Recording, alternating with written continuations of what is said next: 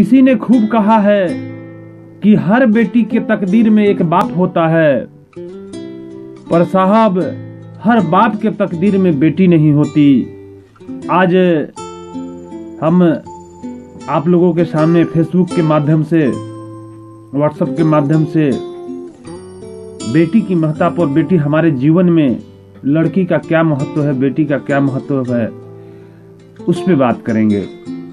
सबसे पहले हम जान लें कि आज का पंचांग क्या है। आज दिनांक 17 जनवरी 2021, दिन रविवार, विक्रम संवत 2077, शक संवत 1942, आयन उत्तरायण, ऋतु शिशिर, मास पौष, पक्ष शुक्ल, तिथि के बारे में जान लें। प्रातः 8 बजे से 8 बजे तक चतुर्दशी, तदुपरांत पंचमी तिथि, कल उदया तिथि तक। तो आइए हम जानते हैं, जैसा कि हमने बताया कि हर बेटी के तकदीर में एक बाप होता है, पर हर बाप के तकदीर में बेटी नहीं होती। ऐसा क्यों? माना गया है कि जिस घर में बेटी पैदा होती है वह घर जो है स्वर्ग बन जाता है।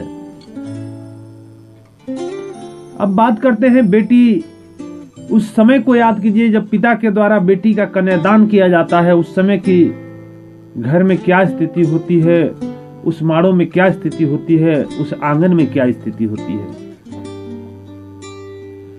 एक छोटी सी बात मैं आप लोगों के सामने रख रहा हूं कि मान लीजिए आपके लड़का का नौकरी होता है, वह भी किसी सरकारी जॉब में चला जाता है नौकरी करने के लिए, तो वहां भी 2 से 2.5 महीनों की छुट्टी है, उतना ही घर पे वो समय दे सकता है। लेकिन एक बेटी जब शादी करके जाती है तो ऐसा माना गया जाता है पराया ही हो जाती है, पर उसके साथ ऐसी कोई बाध्यता नहीं है कि माँ के यहाँ नहीं आके रह सकती। तो बेटी का जब कन्यादान होता है उस समय पूरा घर रो पड़ता है, सभी लोग रो पड़ते हैं। लेकिन आपके बेटे जब नौकरी के लिए जाता है तो क्या कोई रोता है? जबकि ऐसा माना गया है कि लड़के को घर आने के लिए एक बाउंडेशन है, लिमिट है, एक दायरा है, एक प्रक्रिया है। उसी प्रक्रिया के तहत वह उतने ही दिनों के लिए घर आ सकता है छुट्टी से। लेकिन लड़की के लिए ऐसी कोई बाध्यता नहीं है।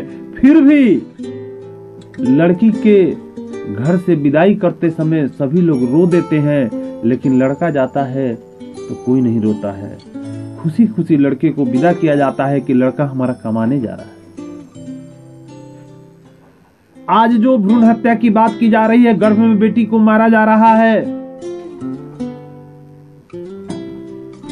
इससे बड़ा जघन्य पाप इस दुनिया में कोई नहीं हो सकता। शास्त्रों में भी कहा गया है कि बेटी गला के भार न होली, बेटी होई है तो संवर जइब, आ शास्त्र वेद उठा के देखो, बेटी हुई है तो तर जइब। यह बात बेटे के लिए नहीं कहा गया है।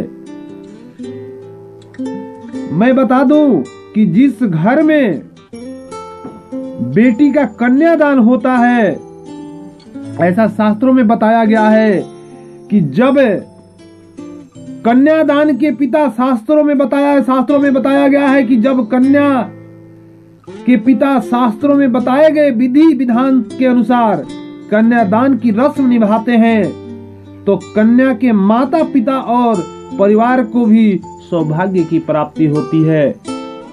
उस पूरे परिवार की सौभाग्य की प्राप्ति होती है। इस बेटी को लक्ष्मी कहा गया है। यही बेटी जब औरत बन के जाती है, आपने देखा होगा कि हमारे जितने भी साधु संत महात्मा भगवान महापुरुष हुए हैं, लेके चलिए, सबसे पहले नाम हमारी महिलाओं का आता है, बेटी का आता है। तो आप देख लीजिए, सीताराम, गौरी शंकर, लक्ष्मी के बाद विष्णु भगवान का। तो सभी क्यों, ऐसा क्यों? लेकिन आज हम समाज में क्या देखते हैं? अगर आपके घर में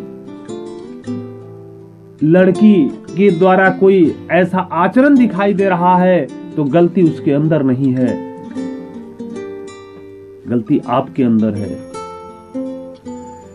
पिता की सत्ता से ही बेटी की सत्ता है, ऐसा माना गया है। पिता की सत्ता से ही बेटी की सत्ता है। लेकिन बेटी की सत्ता ऐसी है कि हर पिता के लिए बेटी का सत्ता नहीं मिलता, लेकिन हर बेटी को पिता का सत्ता मिलता है। तो इसलिए हम अपने को सर्वसम्मति से, सर्वविदित तरीके से तैयार कर लें कि बेटी जो है हमारे तरन तारण, हमारे विकास, हमारे विकासशील होने का एक माध्यम है। मैं पहले भी कहा कि बेटी गला के भार ना होली, बेटी हुई है तो संवर जइब। आ शास्त्र वेद उठा के देख, बेटी हुई है तो तर जइब। हमारी नारी शक्तियों को, हमारी बेटियों को समर्पित यह उद्बोधन आपको कैसा लगा? कमेंट में अवश्य लिखेंगे।